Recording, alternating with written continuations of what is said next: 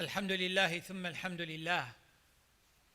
الحمد لله الذي هدانا لهذا وما كنا لنهتدي لولا أن هدانا الله، وما توفيقنا ولا اعتصامنا إلا بالله، ونعوذ بالله من شرور أنفسنا وسيئات أعمالنا. من يهده الله فهو المهتد، ومن يضلل فلن تجد له وليا مرشدا. وأشهد أن لا إله إلا الله وحده لا شريك له، وأشهد أن محمدًا عبده ورسوله أرسله بالهدى ودين الحق ليظهره على الدين كله ولو كره المشركون. اللهم إنا نشهد أنه بلغ الرسالة وأدى الأمانة ونصح الأمة وكشف الله به الغمة، وجاهد في الله حق جهاده حتى أتاه اليقين. فاجزه اللهم عنا خير ما جزيت به نبيًا عن أمته ورسولاً عن دعوته، وصلى اللهم عليه وعلى آله وصحبه أجمعين. وارض اللهم عن جميع الصحابة والتابعين ومن تبعهم بإحسان إلى يوم الدين. اللهم اجعل جمعنا هذا جمعا مرحوما، وتفرقنا من بعده تفرقا معصوما، ولا تجعل فينا ولا معنا شقيا ولا مطرودا ولا محروما. اللهم لا تدع لنا في هذا اليوم العظيم ذنبا إلا غفرته، ولا هما إلا فرجته، ولا مريضا إلا شافيته، ولا أسيرا إلا إلى أهله رددته، ولا حاجة لك فيها رضا وهي لنا خير إلا قضيتها يا رب العالمين. عباد الله، أوصيكم ونفسي بتقوى الله. يا أيها الذين آمنوا اتقوا الله حق تقاته ولا تموتن إلا وأنتم مسلمون. يا أيها الناس اتقوا ربكم الذي خلقكم من نفس واحدة وخلق منها زوجها وبث منهما رجالا كثيرا ونساء، واتقوا الله الذي تساءلون به والأرحام إن الله كان عليكم رقيبا. يا أيها الذين آمنوا اتقوا الله وقولوا قولا سديدا يصلح لكم أعمالكم ويغفر لكم ذنوبكم، ومن يطع الله ورسوله فقد فاز فوزا عظيما. أما بعد. Dear beloved brothers and sisters in Islam, in the last week, and if you're following some of the news about the Muslim community across the United States, we were giving two different episodes that were so striking.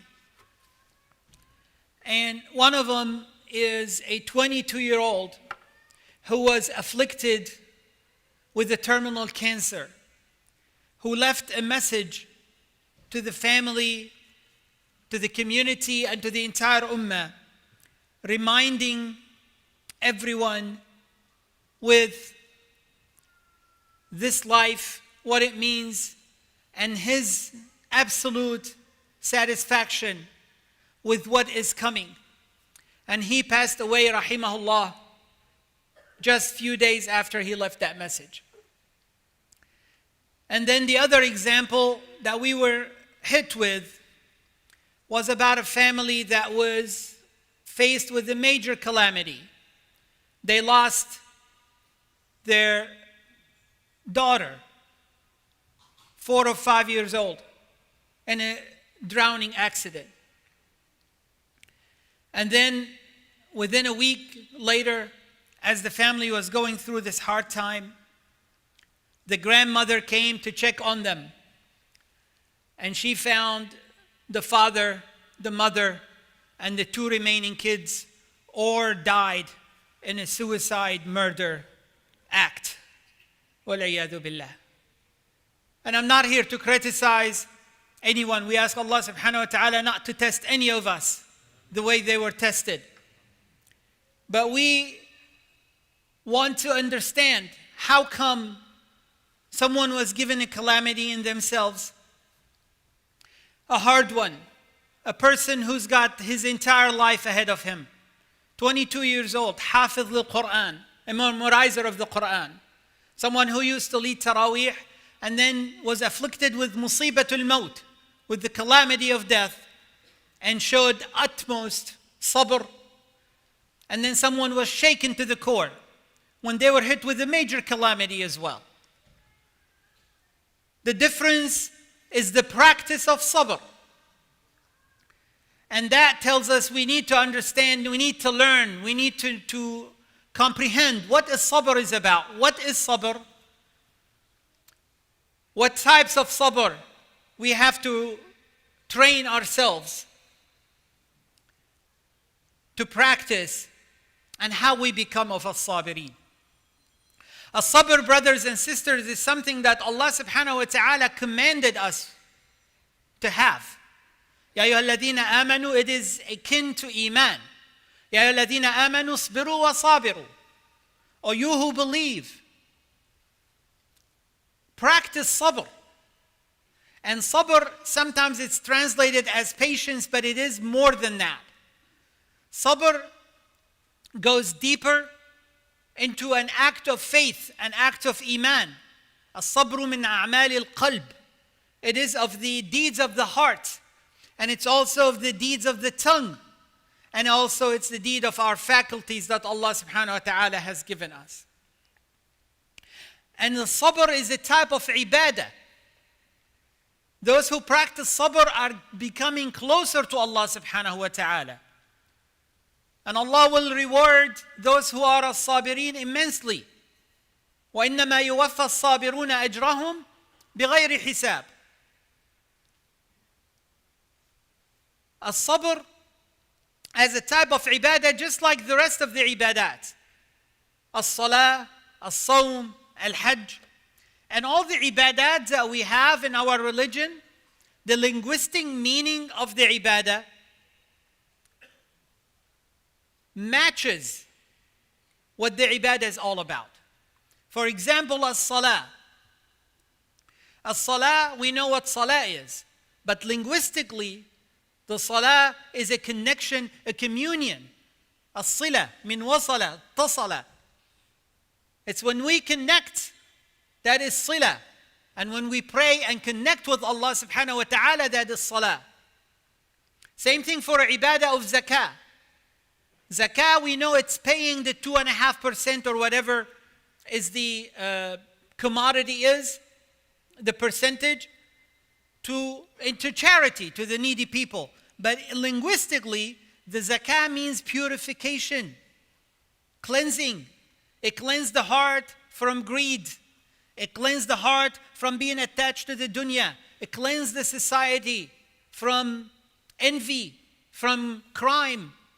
It's an act of cleansing on many, many multiple levels.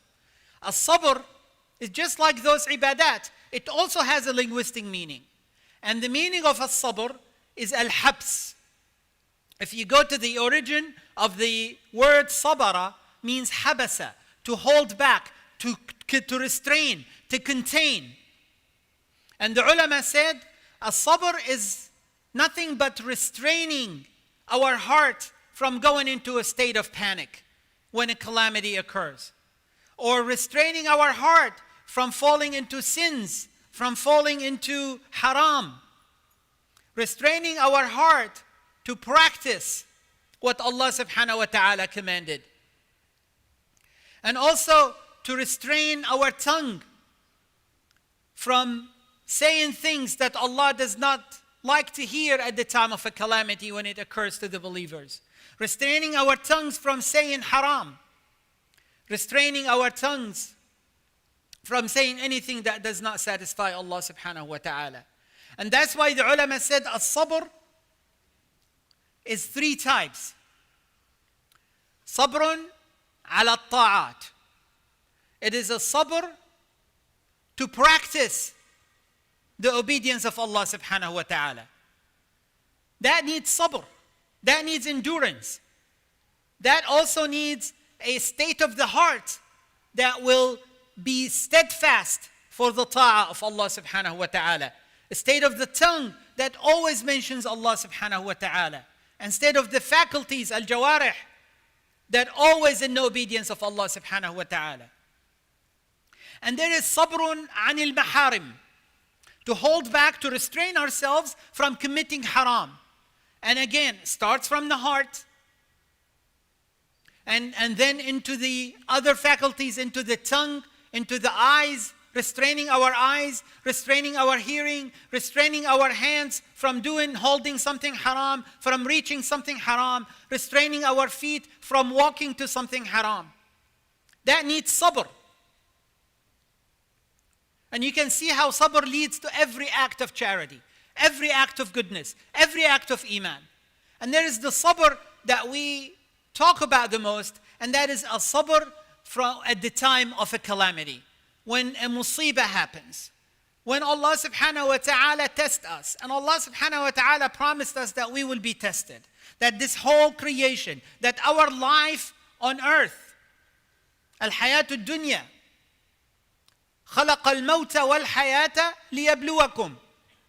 Allah subhanahu wa ta'ala created life and death just so we can have a test. We have a bala. And sometimes Allah subhanahu wa ta'ala will test us with prosperity, and Allah subhanahu wa ta'ala may test us with adversity. And both need sabr. وَنَبْلُوَكُمْ بِالْخَيْرِ وَالشَّرِّ فِتْنَةً. A test can come in many different ways. We identify always with the calamity that is a musibah, that is something that is bad that will hit us, because that requires an immense strength. But also we have to understand that when we are tested with the prosperity, when we are given, that is a test. And sometimes that test is very hard. When Allah subhanahu wa ta'ala gives us wealth, when Allah subhanahu wa ta'ala gives us ilm, knowledge, when Allah subhanahu wa ta'ala gives us intellect, when Allah subhanahu wa ta'ala grants us families, children, offsprings, spouses, this is all a test from Allah subhanahu wa ta'ala to see what we would do with it. And all of that requires to understand what the sabr is all about.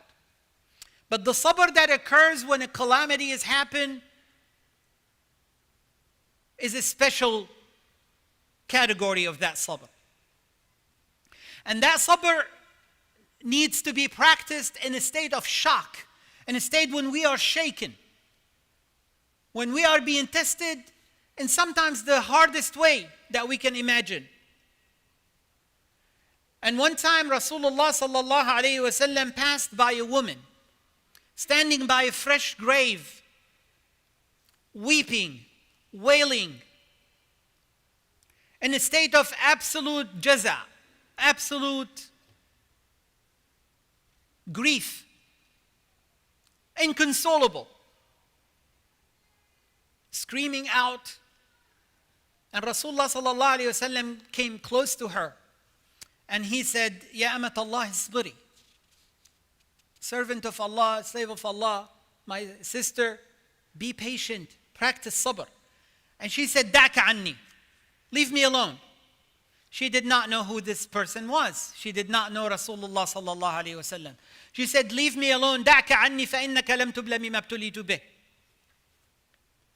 You have not been tested the way I'm tested. She just lost her son.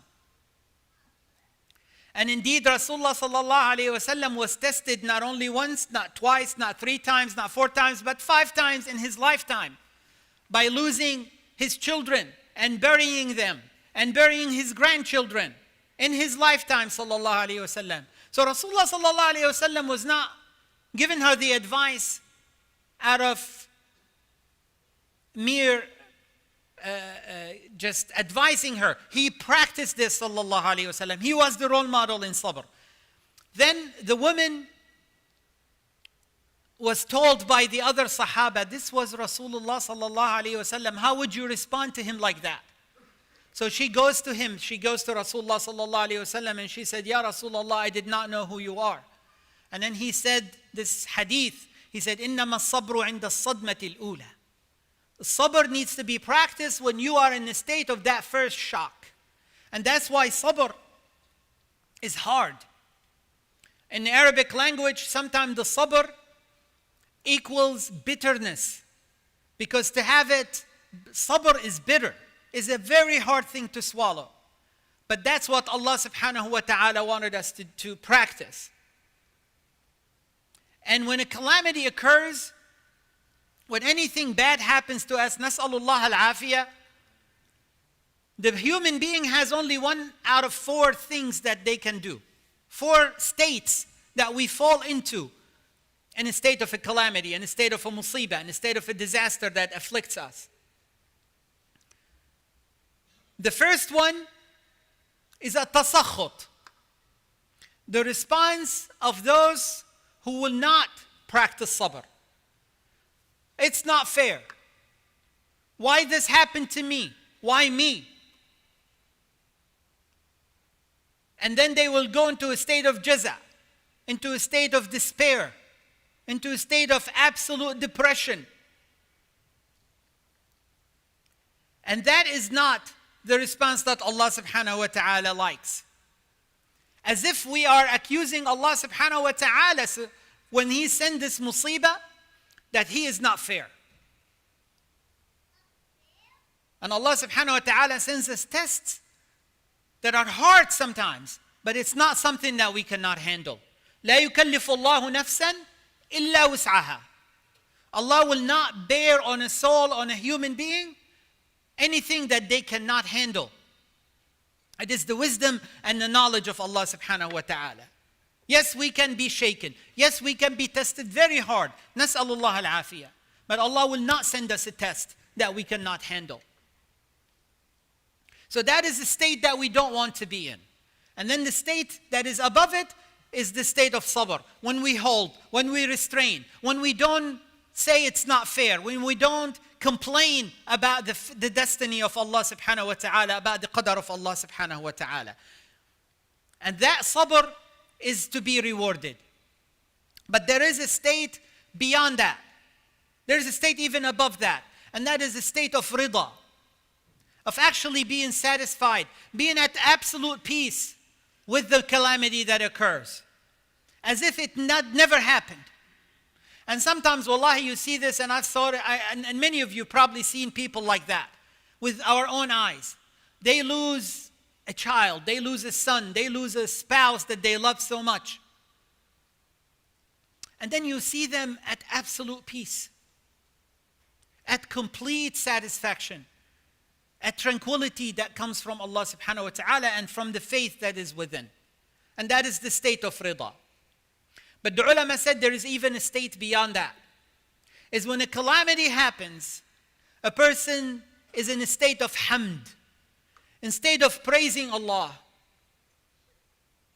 and in state of complete, not only satisfaction, but in happiness with Allah subhanahu wa ta'ala. Not happy with the musibah. Musibah is a musibah. A disaster, a calamity is a calamity. We are human beings. We feel the pain. إن كنتم تألمون فإنهم يألمون كما تألمون. That we all feel the pain. Those who practice sabr and those who have sakhat. Those who are satisfied with the fate of Allah and those who are not, they both can be afflicted by the same pain. It is the response to the pain. It's how we respond to what happened to us. It's not being sad with the musibah. We know Rasulullah sallallahu alayhi wasallam, when he was afflicted with the death of his infant son Ibrahim, he was tearing up. And the Sahaba looked at him and they said, and Abdul Rahman ibn Auf asked him, "What is that, Ya Rasulullah?" And he said, "Inna al-ayna la tadma' wa inna al-qalba la yahzan." Indeed, the eyes would shed tears and the heart would feel sorrow. That's a normal human reaction. But we don't say what Allah does not like to hear. وَلَا نَقُولُ إِلَّا مَا يُرْضِي اللَّهِ.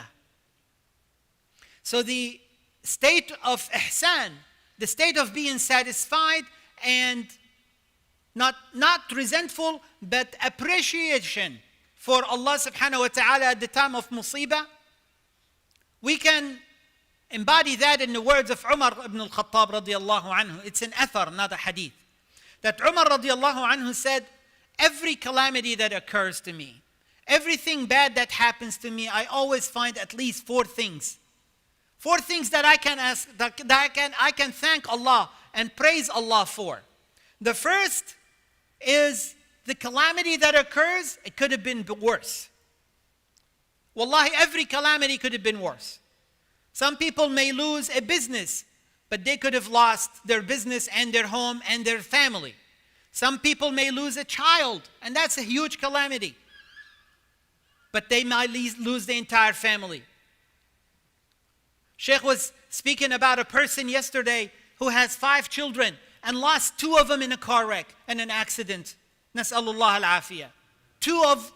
He said his most favorite 2 sons. They died at the same time. And then at the janazah, they looked at him and he was at peace. And they said, يعني عظم الله أجرك. We ask Allah subhanahu wa ta'ala to give you patience. And he said, Allah subhanahu wa ta'ala blessed me with 5. He took 2, but he left me 3. Every calamity can be worse. So Umar said every calamity is deserving of the hamd of Allah subhanahu wa ta'ala, that it's not worse than what it was. And we have to always remember that when something happens. Someone may lose a limb, but some people become quadriplegic. They lose the function of their entire body. Every calamity can be worse, brothers and sisters. The second thing, that the calamity that occurs, it's not in our deen. It didn't affect our iman. It did not take us away from faith to being unfaithful, from iman to kufr. And that is one of the 3 things that if a human being, of the slave of Allah subhanahu wa ta'ala will taste the sweetness of iman. That the worst thing that would happen to those who will taste the sweetness of iman is to lose iman. Not anything else in this life. And then the third thing that Umar said we would praise Allah subhanahu wa ta'ala when a calamity happens is in every calamity we remember Allah subhanahu wa ta'ala more. We actually become closer to Allah subhanahu wa ta'ala. We always mention Allah subhanahu wa ta'ala, to ask Allah subhanahu wa ta'ala to give us strength, to give us patience, to bless the rest of our belongings, our families. And then the fourth thing, it is the thawab, is what comes as a reward when a calamity happens. And the thawab is immense, brothers and sisters. When we practice sabr and we ask Allah subhanahu wa ta'ala to make us of as-sabirun, that as-sabirun innama yuwaffa as-sabiruna ajrahum bighayri hisab. How would you like it to face Allah subhanahu wa ta'ala on the day of judgment, and everybody is standing before hisab and mizan, and for the sabr that we practiced in this dunya, we get a direct entry to Jannah. We direct without accountability, without reckoning. But that takes a lot. Takes the heart to be patient, takes the tongue to be patient, and take our faculties to be patient. And we ask Allah subhanahu wa ta'ala to make us of as-sabirin, al-muhsinin, الذين يصبرون على بلاء الله سبحانه وتعالى والراضين به والحامدين له. أقول قولي هذا وأستغفر الله العظيم لي ولكم فيا فوز المستغفرين.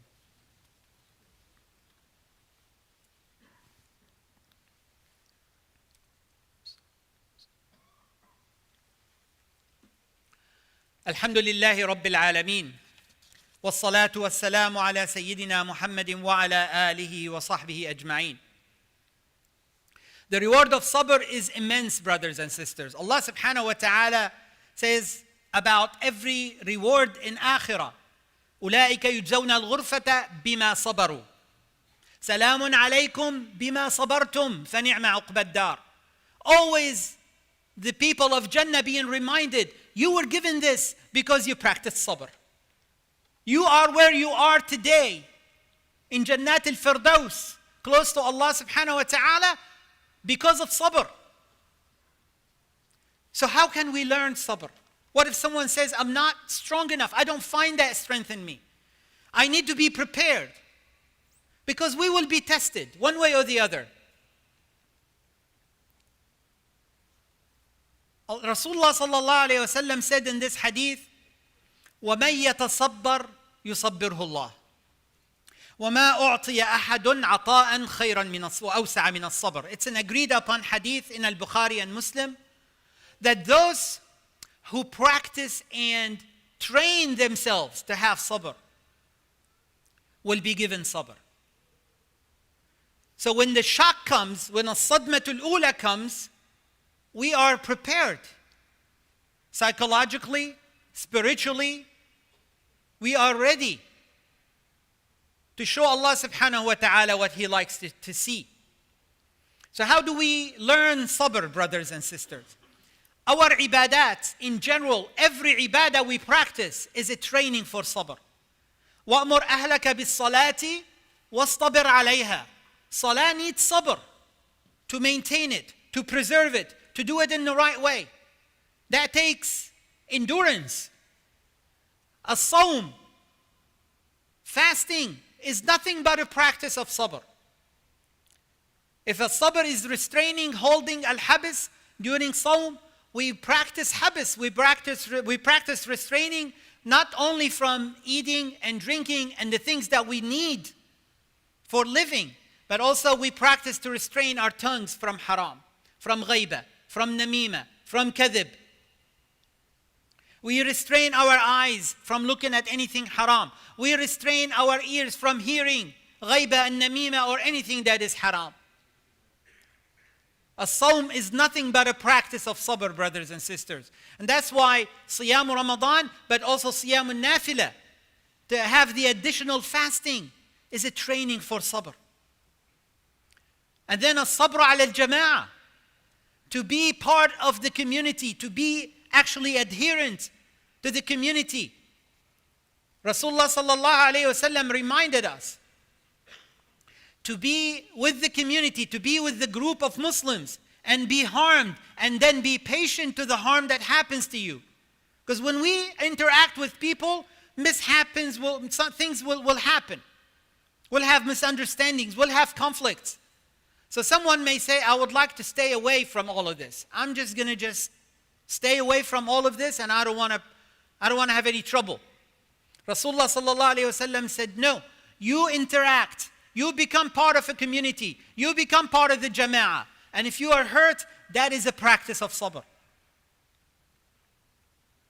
And then the important part of being in the jama'ah is what Allah subhanahu wa ta'ala reminded us in Surah Al-Asr, and with that I will conclude. That when we practice sabr collectively, we are stronger. وَتَوَاصَوْا بِالْحَقِّ وَتَوَاصَوْا بِالصَّبْرِ.